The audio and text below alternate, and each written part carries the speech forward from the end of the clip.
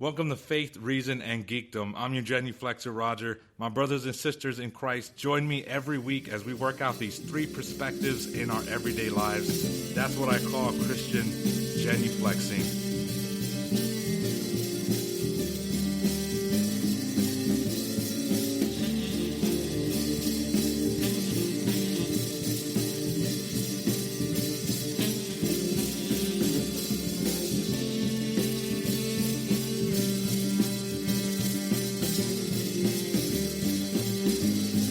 Welcome, you guys. I got another episode, a podcast, very good one today, and we got our special guest. Would you go ahead and introduce yourself? Tell us a little bit about yourself, anything you want to let people know.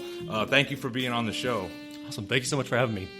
So my name is Drew Shelnut. I am a parishioner at St. Helena's Catholic Church, and I joined the church 8 years ago now at Easter. So I joined the church through RCIA. So grew up Presbyterian and came into the church a little bit later. And so that's definitely been a big impact on my faith journey. It'll probably come up as we talk today, but my process through RCI really made a huge impact on who I am, as well as the ways that I catechize, the ways that I interact with other people, and the way that I'm Catholic in my life. So a huge thank you to all the people who coordinated that RCI process for me, because it really did make a huge impact for me. That's great. And so we're going to get into three topics. The faith, reason, and geekdom part. On the faith part is going to be how to build Christian community. The reason part is we're going to dive into what's our favorite argument for the existence of God, and then we'll throw in the last geekdom part with UFOs. Like, Sounds good. They real? Are they here? Are they among us already? Do we don't even know? I don't know. The UFOs in the news, you've seen the little Navy footage. The Pentagon's come out. The government has come out. And everybody's kind of like, whatever, right? I think it's kind of weird, right? Definitely. Everyone's kind of like, oh, aliens. Okay, cool. But we'll get into that. So first, let's start off on that. I want to talk about the faith. So building Christian, how are we to build Christian community? Now, I like how you said that because I didn't know that part. That you came from the Presbyterian church, so a convert, and I honestly think that converts make really good Catholics. I hear that a lot. Have you ever heard that? Yes. Yep, I get that a lot. Because I was born and raised Catholic, but I say about what is it now? About 5 years ago or so? Is it 5? I guess it's been about 4 or 5 years. I'm a revert. So what that means real quick is I was born and raised Catholic, a baby, whatever, grew up, went to church by force, obviously. And then once I grew up and I had the choice, I was like, nope, I'm not going to church no more. Now I can do whatever I want. Can't tell me what to do. How dare you? I'm liberated. I'm an American. I get to do whatever I want. Radical individualism. Just doing whatever I want. Didn't really... okay, fine, Christmas, okay, we'll go, Easter, as I got a little bit older, okay, fine, but other than that, even I had kids, same thing, Easter, not until about four, maybe even 5 years ago, we'll just say 4 years ago, that's when I had my reversion story and came back to the faith. So I'd been gone pretty much almost all, and there were so many things that I learned that I didn't know, and I was like, why didn't I know this? Like, why? Why did that so cool? So from you being a Presbyterian, I hear a lot of that is like the reverts. It's like they make good because you I guess, and again, it's crazy because they always, the thing, right? The Catholics like, oh, y'all don't read the Bible, which is not true, but there's like Catholicism is the biggest Christian denomination in the world. There's a billion Catholics all over the world, so you're going to run into a lot that don't. Even some of them, sadly, don't even believe in the real presence of the Eucharist. That one survey they did a few years ago. So yes, of course, but we do. But a lot of non-Catholics, Protestants, it's from like drilled in from the beginning, see, I don't know if you did this when you first came in the church. Like, did you always carry your Bible in the church? Because like you go to because before I did the reversion into Catholicism, I dipped my toes back into Christianity, and I went to a Calvinist church, and because I liked the preacher, and like everyone carried their Bibles, So you go to Catholic church, nobody does that. So did you ever do that, or did you see something like that? You understand, like. Not really for me. Presbyterianism definitely isn't one of those, strongly like bring your Bible to church every day faiths. And it's Presbyterianism is usually kind of like the light version of Christianity in general.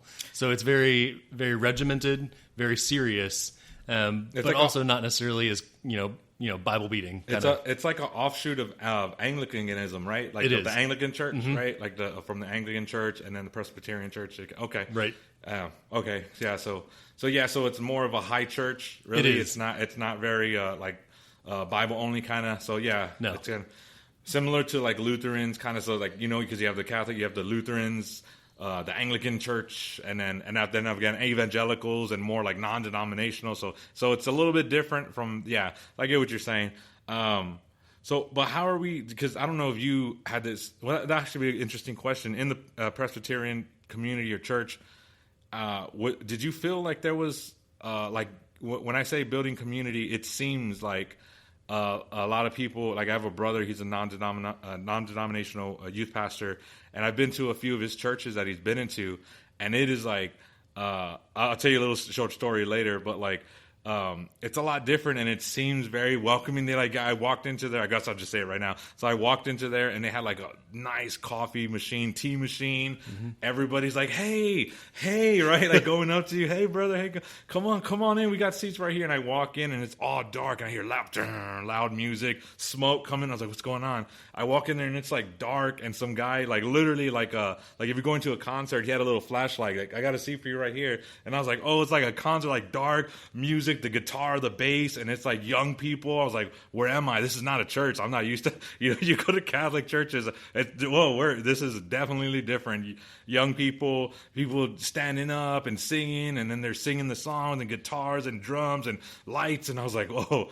But they're very like, I'm telling you, and again, not every single Catholic church, but I do understand in general, unless that church has a huge, very like friendly, and there are friendly people in church. But do you kind of get what I'm saying? With have you ever been to a non-denominational church? So after leaving my hometown and going to college, I was trying to find a church while I was in college, and went to just about every denomination you could think of at that point. So I've seen just about everything, and this was in Northern Virginia. So the general churches there are usually 5,000, 6,000 families, big churches.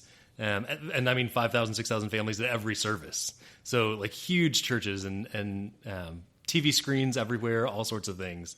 And that was new for me coming from a small town where it was just, one service on a Sunday, and that was it. And everybody came to the one service. But I will say, growing up Presbyterian, there definitely was that huge sense. I would say it was really focused on community more than anything else. Of every week there would be potlucks, and we would get together and share food and talk to each other, and that was a big part of what that faith community was.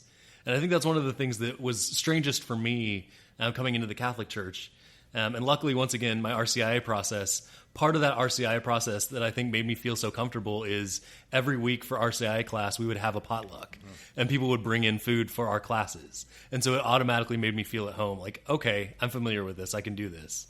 And so it's definitely something that I think about a lot, particularly as I think about catechesis and things like that, is how do we make people feel at home? How do we make people feel welcome? And we've got lots of different ways of doing it, but I think it's about that challenge of kind of figuring out not just one way, but really the broad range of ways. And everyone's got their strengths. So making sure that we look at our community and say, what strengths do we have? And really play those up and use them. Yeah. Because like some people, will give some practical tips or practical examples, but because I was like, I want to build this like what you said, because going in our site, you're forced to be with each other, and you guys all talk, and it builds in. But if somebody is not a revert, like just a born and raised Catholic, and maybe they move to a different church or they go to another church. There's not that. Of course, there's always invitations. You can go maybe Bible studies or so. That's of course that's in there. But I feel like a more of a like a closer community. Like we're like, hey, let's all get together. It's something that we share in common. And also too, another thing. When I also mean that, I also mean unfortunately, in Catholicism. Again, when I've been to many non-denominationals, and it's young. They're 20s, 30s, and just from my personal experience, because there might be somebody yelling around. I'm like, wait a minute, I go to my church and it's not young, but that might be in, they're in Portland Catholic Church or out in New York, whatever. But I'm just from my experience in Texas, it's not really like that. Mm-hmm. And which, again, it's fine. Like young people, kids, and older people, like they have wisdom. You need those people, and that's great. That's not saying no. But what I am saying is like the church has to grow. So like you want to see younger families, 20s, 30s. You want to see those maybe 40s, which we have the faithful boomer generation, which is grateful and good and great and loving, and we connect with them too. But I feel like we're deficient in that. Like if we were to take a vitamin test or blood test, we would say, like, okay, your vitamin C is low. It's like, you got this, we got this age group, we got this age group, but you're kind of missing this. Yeah. And I feel like we're deficient. Is that kind of how you get a sense, or in your own personal, we can't speak in general, but in your personal experience, is that? Yeah. And I think we do in general. We lose people typically around the college age, and it's just about how quickly can you get them back in. And knowing that they're going to walk away, they're going to look for other things for a while. But do they have that grounding in faith that makes them want to come back at some point? And I definitely think that's a big part of kind of how I approach faith. But I also, I think for the Catholic Church, the biggest way that we connect to community is our ministries. And so I know for me, when I first started dating my now wife, she asked me, hey, I'm going to go to Mass. You're free to not go if you don't want to. And I was like, no, that'd be great. She was like, really? And I was like, yeah, that sounds good. I'd really like to see what a Catholic service is like. And so went in, and my very first service, she had already told her choir director that she was dating this new guy. And so I walk in, and the choir director comes up to me, and she's like, hey, I hear you sing. Come sing with us. And she just pulls me out of the pew and brings me up to the choir. And I think that's part of it, is our ministries are filling that role in a lot of ways of really reaching out to build community. And so I think it's about figuring out for those families or individuals who are coming to church, and it's just like, how do I fit in? And I think that's the big question that they're asking is, where's my place here? Mm-hmm. And ministries are the way that we find that place. But in Protestant churches, a lot of times you're not asked to do anything. It's just come and be, and you'll automatically be part of this community. That's what I was going to say. That's exactly what you read my mind. It's like, get out of my head. That's exactly what I was thinking, is because I was just thinking, I was like, what do the Protestants do this? And I was like, but and then you just took it out of my mouth. And it's like, yeah, because you sense that, right? And, mm-hmm. and I get what you're saying about the ministries and that, and also too what you said about potlucking and not just potluck, but like potluck-ish stuff, like, well, I guess that would be potluck. For example, because I thought about this recently. I was like, man, you know what? I want to like maybe throw a barbecue at my house and invite people from the church to come over. Mm-hmm. And so yeah, I guess that would be like a potluck stuff. But things like that, or game night, right? Yeah. Food is crucial. Yes, but like... of course. Oh, yes, exactly. Yes, food is very, as you can see, we don't look like Chris Helmsworth from Thor. Like we're true. Definitely like we would be. Yeah, food is maybe too much. But yes, or like game nights and stuff like that, because like what I see is I think ministries like going to feed the poor together, doing different ministries together is good, but I think we need the plus and that, like, hey, let's go feed the poor together. Cool. Let's do this together. Let's hand out food. Let's hand out this. But then let's just hang out also, like a fun kind of, like I guess some would say like a non-church thing, like just like, oh, wait, we're just going to go to the house. We're not going to necessarily do a ministry, but we're just going to hang out mm-hmm. in community with each other. And because I've been thinking about that. I was like, yeah, man, I want to start doing things like that, like just inviting people. And again, it's not that we're trying to ostracize certain groups of ages. No, it's not that. I welcome them too. But what I'm trying to say is we're deficient in that. And I think, because they're like the Protestant churches, a lot of them, especially the non-denominational ones, they have most of their is all young. I've been in like almost like not stadiums, but they're like big things, and they're like full of young people. I was like, whoa, I've never seen that even at an Easter Christmas mass in a church. Never seen that many young people. So I was like, there has to be something, and I think it's that community, because a lot of people, even if they like have a lukewarm faith, even mm-hmm. I think just that being like, hey, these are where all my friends that I know hang out. They're not just like that's a church person. No, like, they're regular people. They just like to hang out. They like movies like I do. They want to watch the new Mandalorian show like I do. They're just regular people. So yeah, that's kind of what what I was thinking about the Protestant churches, and then doing the ministries, and then forming community. So what should someone do if you want to give us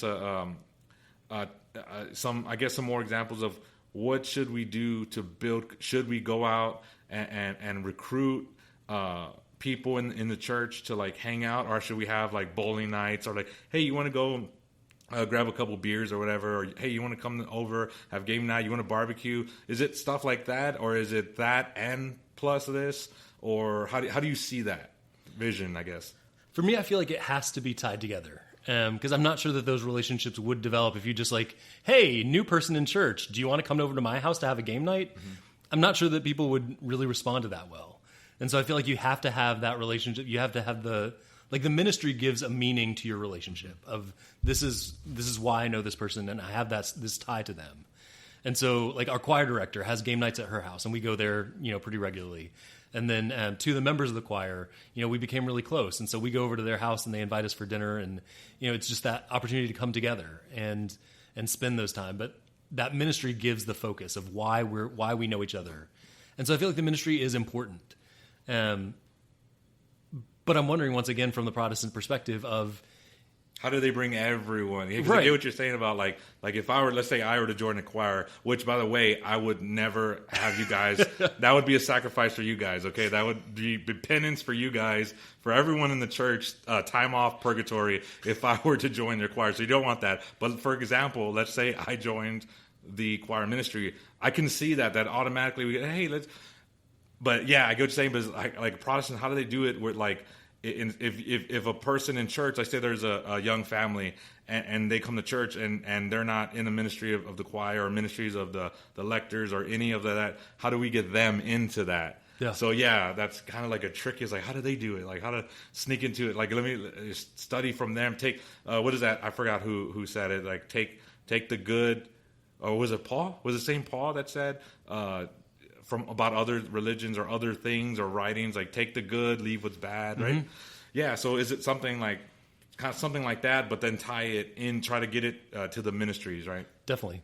And I know when I was doing confirmation, I had one of my confirmation students regularly went to another church as well as going to mass, and was just like, "Is that okay?"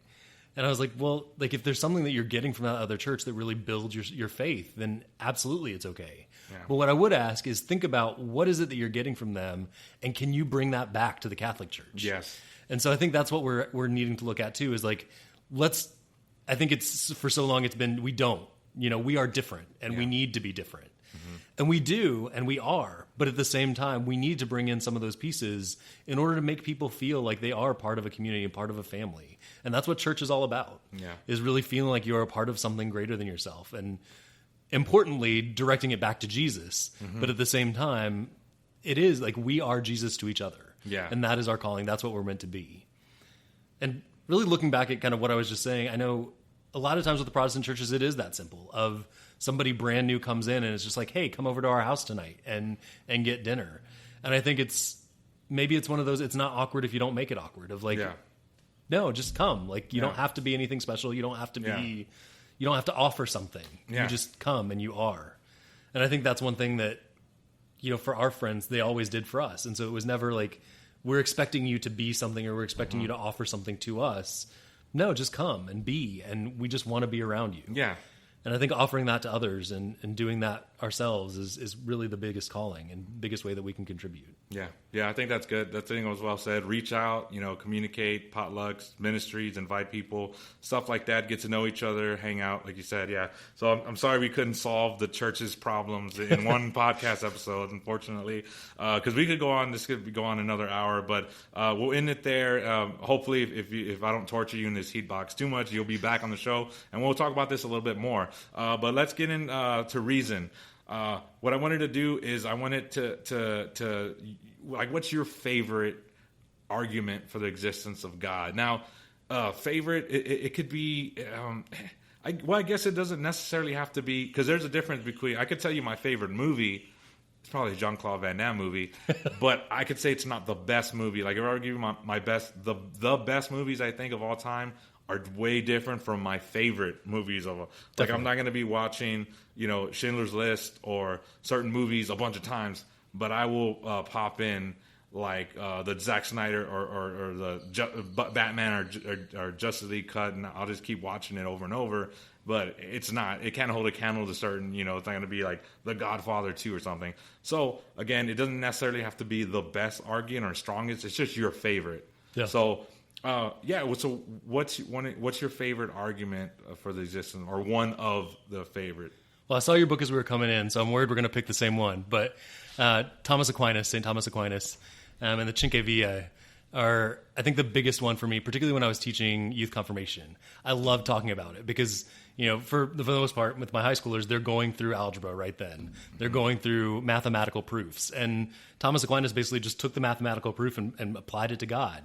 Let's talk about God in this sense of, how can we legitimately just write down from beginning to end a philosophical proof of God's existence? And not only do it once, but 5 times. Yeah. In 5 different ways. And so I think that's what I love about about St. Thomas Aquinas' approach, was really just looking at, there's so many ways that we come to understand God. But each of these can be written down and can be exhausted as a proof. And so I really enjoyed, the first mover. There has to be something that starts everything. And in order for things to change, something has to initiate the change. The change just can't become of itself. And so moving from that then into first cause, and something has to cause each piece. And so there has to be one initial cause that existed before causation became. Yeah. And looking at each of those pieces, and in every single one, it ends up with the argument of, and we call that God. And therefore God, yeah. Yeah. Which one of the 5 ways is would you say your favorite one out of the 5? Probably the second, the first cause The argument. first way, yeah. The first one, yeah. And so I think that's, to me, it's cause and effect. And so you always have cause and effect. So what starts that chain? Yeah. How does that chain begin? Like the log doesn't cause on fire unless something acts on it, the potentiality. You know what I mean? Water doesn't freeze unless something acts on it. Right. Water doesn't liquefy unless something acts on it. Yeah. There's got to be something there. Mm-hmm. Yeah, there got to be something, again, potentiality and actuality. Yeah, Thomas Aquinas, again, I love Thomas Aquinas. I'm a big fan of him. A lot of the existence of, and it's crazy because the Summa, it's a summary. Mm-hmm. Like, it's a summary. Here's it's everything for the beginning. all together. Like, here's a beginner's book, and it's like this big and that dense. It's like some people, like Dawkins or something, they'll pick it apart, but they don't realize that that's just literally a summary. He wrote many from other works. If you were to accumulate all what he written on the first way or the second way, it's huge. In the Summa, it's just most people, because it's the most popular one, if they're trying to pick holes in it, they usually just go after just literally that summary and don't realize that that's not meant to be an in-depth. So that's crazy just to think about that. Yeah. The Summa Theologicae and all that. But And really the catechism, as we understand it, really came out of that. It wouldn't exist if it weren't for that putting everything together. Because we had the catechism, we had these ideas, we had the concepts that make up the church. But you didn't really have them all in one place together. And Thomas Aquinas really put the faith together in, like, here, you want everything, you have everything. Yeah. So is that what you use? Like if you're talking to a student or even somebody that you know, like maybe a friend or somebody you meet, and they're just like, I don't believe in a God, that's crazy, and all that stuff like that. There's no reason to believe in the God. We have science and all, scientism and all this stuff. Is that kind of your go-to? Like, well, have you ever thought about this? It is. It's my go-to because I feel like it's coming from that mathematical proof. So if somebody's coming from it, from the science perspective, from the math perspective of prove it to me, I think that Thomas Aquinas did the best job of really kind of writing it down and putting it on paper of this is why this is true. But I would say once again, kind of the difference between the best and the favorite. To me, that's the best. And so that's the one that I go to when I'm trying to explain to other people. I want God to be there. And if he's not, then my life isn't as meaningful.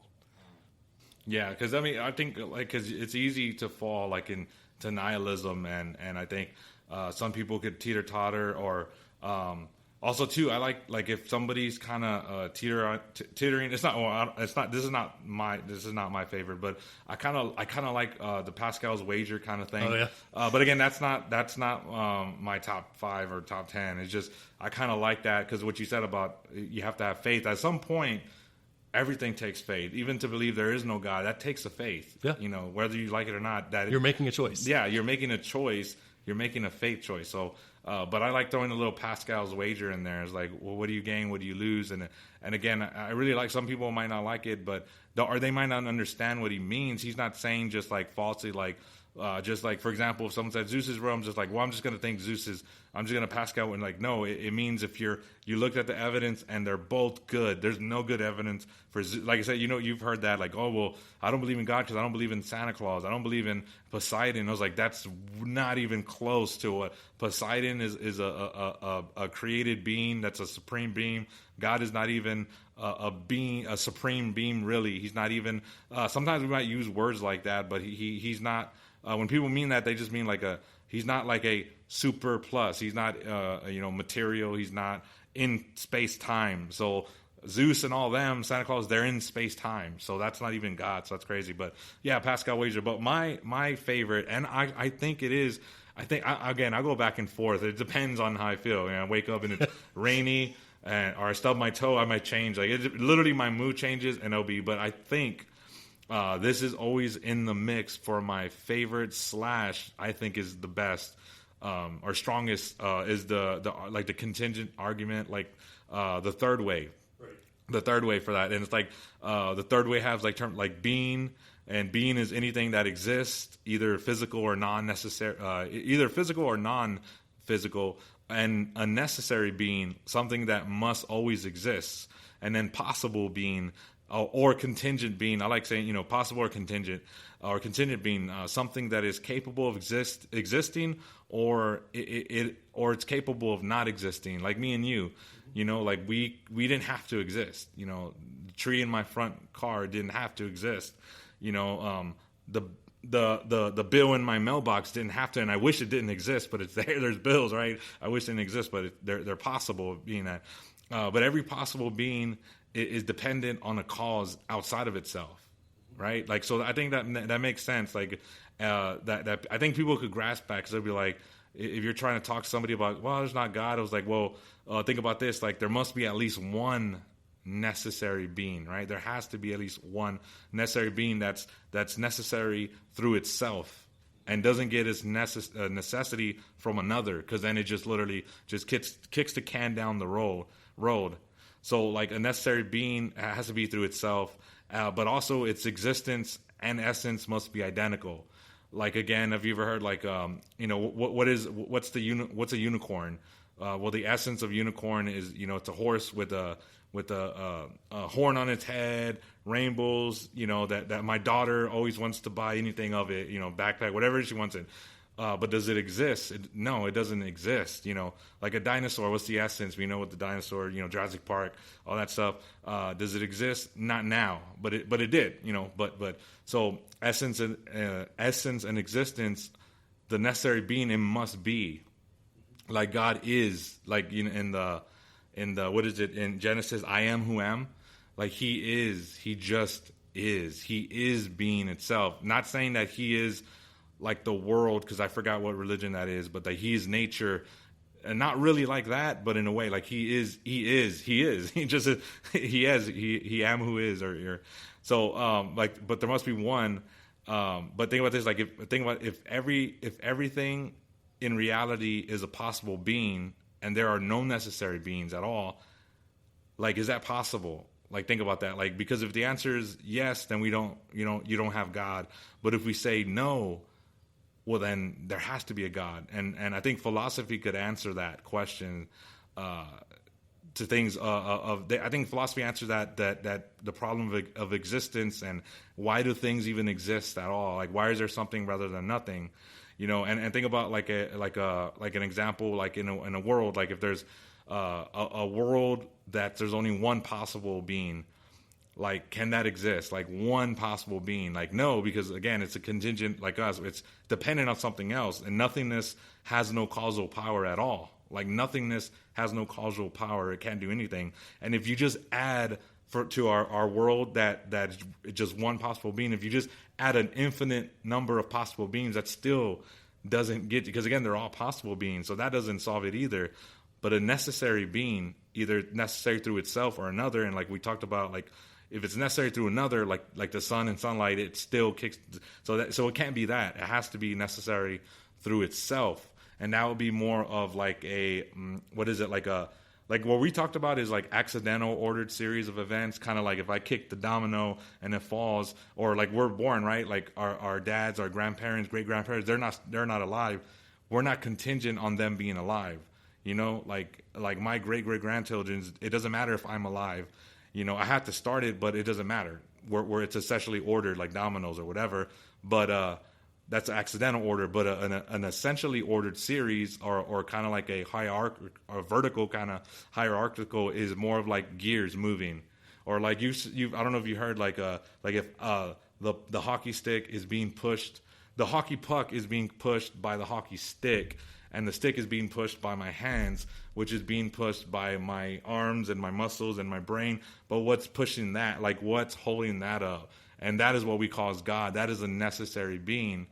And if you think about the world, like the world is contingent. It's contingent. Even, who's a Catholic priest, George Lemitris, he was one of the father of the Big Bang Theory. And again, most, not all, but the vast majority of scientists agree to that. But even if it wasn't, that's what I like about Thomas Aquinas, is because people are like, well, what if one day science does change? Science, that's another thing about, people are like, science, I love science, but science just changed. And what if we found out, the world is eternal or whatever? It still works. And that's what I like about that. That's what I like about that, is it still works, because he couldn't prove that the world had a beginning, so he didn't go off of that. So even if it's eternal, it still doesn't prove, it still doesn't solve the problem, I think that's just great. It's like, what is that? It's like gears. Like if you stop that one gear, the whole thing falls down. Like an infinite number of chains hanging on the chain link. I don't care if you have an infinite number, you still, if that one is not connected to that, it all falls down. God is kind of like a violin player playing a song and the music coming up. If he stops, it stops. It's not like an accidental order, again, like grandparents or trees or this or that, dominoes, whatever. So that's my favorite. And I think I think, again, depending on what it is, maybe, but I think that's might be the strongest argument to God, because again, if you just think about that, like nothing can cause itself. And I think for me too, the other end of that, the contingency argument is just as important, of not just contingency as a cause, but contingency as why we then continue on that chain. And so that was the other question, is it's just like, so why are we continuing to be contingent on the next thing? Because there should be an end. If there's no purpose, if there's no original cause, then that chain should, by all accounts, eventually just run out. Mm-hmm. And the earth should cease to exist. And that is a natural cause. That is a natural outcome of this. After a certain number of iterations, it should end. But we continue to do it. We continue to be the contingent upon the next generation. We continue to make that choice to continue to populate the world. But why? Because if we know that things are coming to an end, if we know that that's it, there's no purpose. And so I think it's just as important to think about the effect as it is about the cause part of the contingency argument. Yeah. And I love that part too, is it's just like, why? Why would we continue it on if there was no purpose, if there was no contingency? Yeah. Original contingency. Why something rather than nothing? Yeah, I love that. Yeah, and I see the point. Like that's another great point too. It's like when people say, well, if God created everything, who created God? That kind of shows the understanding that no, that's not what you wouldn't say that, because that is God. Like God is, his existence is his essence. They're one in the same. So if you say, well, who created, like God, like everything that starts to begin, or the kind of like the cosmological argument too, it's kind of similar. But I think the one William Craig uses is more of like, that one's more of doesn't really work from an eternal standpoint. He's more on the time, like how the universe, time and stuff like that. But it's like it's whatever begins to exist must have a cause, and if the universe began to exist, then it has to have a cause, and that cause is God. But remember, God didn't begin to exist; He is. Right. It's therefore God existence is the one and the same. So that's why, and I like to use that word, whatever begins to exist. If you say whatever exists must have a cause, then that people might think like, oh, well, then you might lead them to think, well, then what God, but whatever begins to exist, God never began to exist. But in the Big Bang Theory, we have science proof that the universe began from the expansion. So we say, hey, that's a huge thing. Like, wait a minute, so what? There was nothing, and then all of a sudden it started billions of years ago. Like, that's and that's why I like that too, because that kind of people are like, again, more science. They're like, yeah, that's where. Why did it? Well, who cares? Like we don't just like walk down all of a sudden like a big green spear ball is like just appears in front of us. I'm like, hey, Drew, why is that here? It's like, I don't know. It doesn't matter. Don't worry about it. Principle, sufficient reason. Who cares? Just whatever. Speaking of big green glowing balls, we're going to move on to our Geekdom and our UFO part. I thought this would be pretty fun. Recently, over the last, really picked up the last month or so, it's really been picking up. New York Post, Washington Time, ABC, and these aren't little, like I love aliens.com, whatever. Like, these are major news sources coming up with the stories. 60 Minutes, I think, did that one with the pilots. These are like, for all intents and purposes, should be reliable people, government officials. Well, I shouldn't say that in a government official. As soon as I said it, I was like, ugh. You know what I mean? Military personnel that's been working in the military, Navy, Army, different people, been like attesting that we've seen this, and we've seen video footage. There's video footage of like that little, almost looked like a pyramid one. Mm-hmm. What are your initial thoughts on that? What did you think? What were you thinking? How deep did you get into it? Did you go down a rabbit hole? So I feel like that's been the interesting thing, particularly with, like the Nimitz off the West Coast, and then you had the Teddy Roosevelt off the East Coast. You're now having actual military confirmation of, we don't know what this is. And before, I feel like even if they didn't know what it was, it's just like, explain it away. Like, let's pretend that we know what it is and let's move on. It's a weather balloon, right? Yeah. And you see it like going like this and flying and And I think part of it may just be that they know that doesn't work anymore. Like, they have to have some sort of groundwork. It's not the 50s. I think they're more advanced. They have iPhones, for goodness sake. For goodness sake, they have literally like one of the most strongest computer in their hands. I don't think they're going to go for the old weather balloon thing yet. Yep. And so I think that's been the fun and interesting part about recently. You're actually having the military come forward and say, we don't know. We don't know what this is. This is unidentified. And we have proof that it happened, but we can't explain it. We can't figure out what's going on. And for me, that's the most exciting part, is that it could be. It's actually our first kind of real foray into, let's talk about it. And let's figure out, if these are real things that are coming to visit us. And if so, what does that mean for us? Have you gone down like any YouTube or rabbit holes or article? Have you gone down the dark path of a rabbit hole? Not so much YouTube, but Wikipedia. I've definitely gone pretty deep in Wikipedia. So you do that Wikipedia, and then that sends you to another one, and then you click that, and you just get it is like, how did I get here? Where am I? Like, how did this chain, this infinite series of causal chain? How did this happen? Where am I? I don't even know how to get back to the original thing. My wife and I are both pretty big X-Files fans, so it goes back early ages of like explore and figure out what the truth is and figure out, particularly related to UFOs, like there is something out there. There is something we should be looking for. Do you, well, first, how do you say this?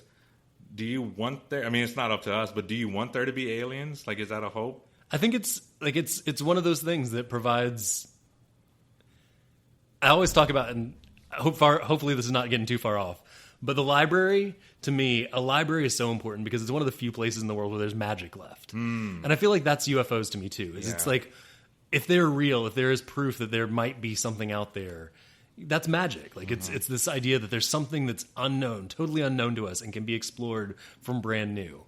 And I think that's what's so exciting about it, is it's the potential for something completely unknown, that we don't have this full understanding of our world. Yeah. I think that's what's so exciting about it. I think, because the church have said, like many of the popes have said too, is like if there's aliens and stuff like that, like they don't like teach against it. Like, so if it's not against the church to think they're aliens. Yeah. Many theologians or bishops have talked about like, okay, if there's aliens, there's different and like, are they fallen? Like, there's a whole like thing. Like, are they fallen? Are they not fallen? Does Jesus have a different plan for them, or we don't know? We're not God, so aliens wouldn't have like it wouldn't tear the church apart. Like, because the popes have said stuff about aliens. I think Francis has recently said something about aliens. So like, that's not a big thing. I don't want there to be aliens because we've seen what we do to each other. Like, I don't want a literally non-human. Like, I think they would kill us. They would be way more advanced. Like, we've seen what we do to other people. Like, why? I don't want there to be that for that reason. I really believe that we would be in trouble. Like, really believe. So I don't want there to be aliens. But it has nothing to do with the faith. Because again, many theologians, popes, whatever, like it's not a big deal. Like, they can reconcile aliens and gospel. Now let me ask you this. What the UFOs, because all it means is unidentified flying objects, or they call them UVAs, right? I don't know what the difference is, but like vehicular aircraft. Yeah, right? something like that. The government loves acronyms, just like as does the church, as does the Catholic Church. I was like, yeah, we do love acronyms. Do you think what we've been seeing lately over the last few months? Do you think those are alien life forms, like extraterrestrial life forms? Because that's a different question from the UFOs. It's kind of, do you think those are like an alien species? I think it goes back to that idea of like, yeah, I hope they are. Like, I hope that would be something that we could find and prove. I don't know if I actually believe that they are, but I want it to be. Yeah. You want to believe. Isn't that like on the X-Files, Yep. right? Like, I want to believe. Aren't you quoting the first movie or second movie? I want to believe. I don't think they are. I was sold that they were. I was like, oh, well, I guess there's aliens. That's another thing. Like, oh, man, I want this. This last year or two has been horrible. And then all of a sudden, like, oh, well, there's aliens. But more I'm thinking about it is I don't think it is alien life form. I do think it's unidentified. I think it might be us. Another country, maybe. But I think it's us. Because there's my little points is one is, I don't know. Like, again, I could be totally wrong, but a UFO, like a flying object or flying craft, seems very human. Like, it seems very like our idea of flying object. If they're that advanced, wouldn't they literally just like pop into dimensions, like break time dimensions, and like literally just like either like be here, just like teleport here, or like pop in a dimension, or like some type of super fast thing, and then like we almost have indivisibility. We're almost there.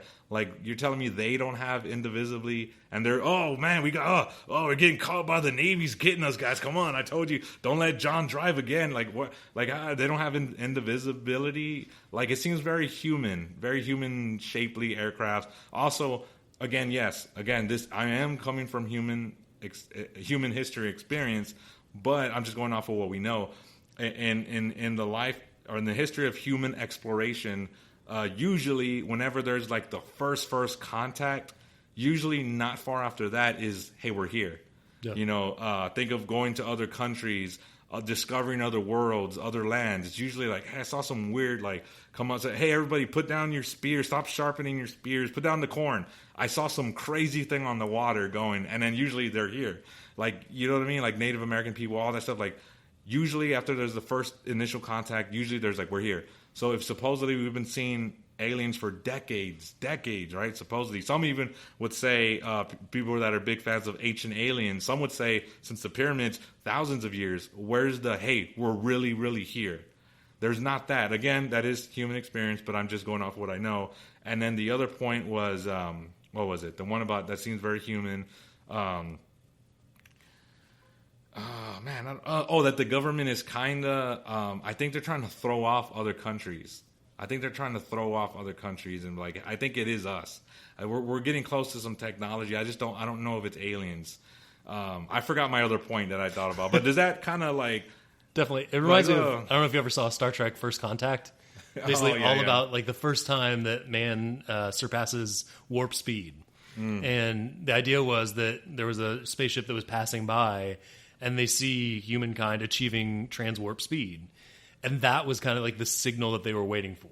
So like they'd been aware of humankind before. They were aware that there was this world that had life on it. Yeah. But you were waiting for some sort of signal. Yeah. And so part of that too, if you look at, there are documented cases of spaceships in, ancient Rome, things like that. But it seemed back then, at least, that it was just kind of they happened to be there. And so like there was an account of basically two spaceships kind of having a battle in the sky and then blowing each other up. And that was one of the earliest known cases of a UFO. But then you don't really see too much again. There's not that much from basically the time of Jesus until about the 1700s or so. Yeah. And so at the 1700s, then you start seeing it again. And this is as we are starting to take flight ourselves. So the first balloons, the first planes, as those things happen, it kind of expands exponentially of, okay, we have these flying objects that we know, but all of a sudden there are all these objects that we don't. And so part of me wonders if is it that as we are getting more advanced, all of a sudden these other civilizations are like, maybe this is somebody who's about to reach the level where we can have these conversations about sharing knowledge, sharing activity, as opposed to kind of that idea of Star Trek of we're not going to interfere with primitive civilizations until they have a big advance. Right. Here's one thing that would counter that, though, I think a lot. Firecrackers. Firecrackers, how long since the Chinese had fire? Like, how long since we had firecracker gunpowders and we still have not advanced? Like, really, what firecrackers that we have on 4th of July and all that stuff that we have right now is not that much different from ancient China. Like, it's not that. So that's like, oh, we're not that advanced. I'm still really impressed by those tanks that can shoot and spin around. Yeah, that is pretty cool. But yeah, not a huge advancement. I don't think aliens from another advanced civilization that could read people's minds and just control things with their mind. I don't think they'll be impressed with the little thing. Also, you did remind me of the other point that I was going to make. You reminded me when you were talking about that. Is like, because again, I don't know. Yeah, because if you watch Ancient Aliens, a lot of stuff. But I know some art historians have said no, they're depictions of the sun. That's how the ancient people drew them. Our angels, our sons. It looks like an alien. Especially in religious art, they're like, no, that's some of the art historians would say that, but I'm not too sure. But that's just what they say. And then also too, aliens or UFOs is a very literally we made up that from fiction from the 40s or 50s. We literally, it's straight out of science fiction. Now I'm not saying it can't be true because we made it up, but we literally made up the idea of UFOs coming and flying, and we made that up. It's straight out of fiction, So that's if you believe that, in the ancient times, those were not. Of course, if you believe it was, then that doesn't work. But if you're or like some of the art historians were saying, no, they're depictions of the sun or angels, then it does work. That if I say, well, in the 40s and 50s, that's when it literally came above, and we literally made up the word. So that was another point. But yeah, no, it's very interesting though. It is very I'm fascinated by this. I don't know, because I was really on man, there's aliens. Oh man, I'm not ready. I don't want that again, because I think it'll be hostile. I think maybe not, but yeah. I'm just thinking of from our experience. But then I've kind of come around to you know what? I really don't. I think it's us. I really don't think it's aliens. It might be another country or something, but I think it's human. I that's what I lean to. I'm not. I would say I'm probably 80% convinced that it's human in nature and human, and there's a 20% chance. Again, 70 to 80 that it's us, and then the rest that it's alien life. Or both back, but before I started thinking about this or looking at seeing everybody's side, I was more of almost 50-50. I was like, damn, man, there might be aliens. Oh man, but yeah. So I know I would say I am 100% sure that if there are aliens, they don't look anything like the aliens we see on TV. Because the chances of an independently evolving species of life, any kind of life, the chance that it would evolve bipedal, 2 legs, 2 arms, and yeah, their skin is a little bit different, their eyes might be a little bit different, but the fact that 80% of their anatomy would be the same as ours, coming from a different planet, absolutely not. If we encounter aliens, it's going to be gas clouds that have manifested into a sentient being, something like that. if we ever did encounter it, I feel 100% confident it's not going to be something that's walking towards us. That's a good point. I did not think about that. That's a really good point. Wow. Yeah, you're right.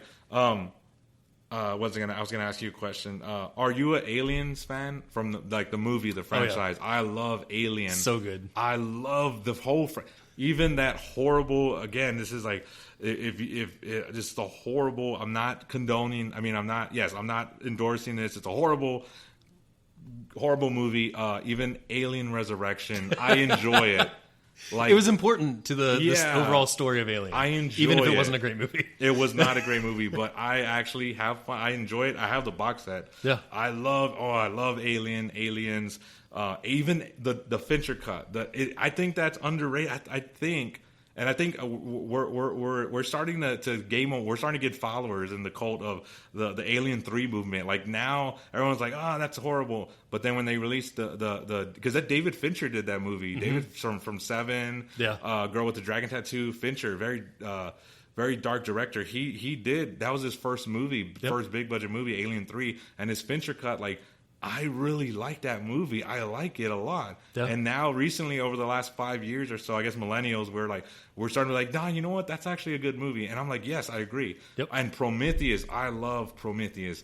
I absolutely love that movie. Alien Covenant, like I still like it a lot. I like Prometheus better, but like I wanted to learn about the engineers, like those. I was fascinated by that. People were like, we don't want those. Bring the aliens. I was like, no, I love them, but no, like I like the philosophical, him and the David, the character, like Prometheus and Alien Covenant. I really, really, really like Alien Covenant. Absolutely. Even though like he went, because the pressure, people were like, we don't want Prometheus. It's too much about the engineers and all this stuff. So he's like, okay, fine, I'll throw some more. But he still got that. I wanted more from that. I hope they're making a TV series. Did you know that on FX? Yeah. They're making, I love the franchise. Even Predator second. And mainly only Predator 1, Predator 2. I do like Predators. The one with Robert Rodriguez, I do like that movie. When they Adrian Brody and they're all, I like that movie. I like that one too. Except Alien vs. Predator Requiem, that's a horrible movie. Oh, yeah. I don't enjoy that. The first Alien vs. Predator, it's a horrible movie. I enjoy it. The Alien vs. Predator 2 is horrible. I don't think I've even seen that one. Don't see. I saw Alien vs. because that's the one with the underground pyramid. That again, horrible movie. Yeah. Fun. Yeah, totally fun. Part 2, it should be on like the church's banned books, banned movies, whatever. Like it should be thrown, like locked away in the Vatican archive, never to be seen by anyone. It's a horrible movie, but I love that whole Predator, but mainly Alien. Alien's my jam. I love. I could talk about aliens for. Maybe we'll do another episode talk about aliens. But man, thank you for. This is. Faith, Reason, and Geekdom. If you guys Google, Spotify, if you rate 5-star on Apple Podcasts, subscribe, share with your friends, share with anyone you know. Again, Drew, thank you for being here. I am Roger, your Jenny Flexer. And anything you want to say, anything you want to plug, or you want to push out, or you got invite anybody to do a ministry. I don't know if you're doing anything particular, or if you just want to say any last words. Oh yeah, if you're here in San Antonio, we are definitely in need of ministers. So if you come and join us at St. Helena's, we can use you in a variety of different ways. So please reach out, and we are happy to get you connected. All right, man. I really enjoyed this. I had fun. So hopefully we could do this again. So appreciate you being here. Thank you guys listening. Appreciate it. Godspeed.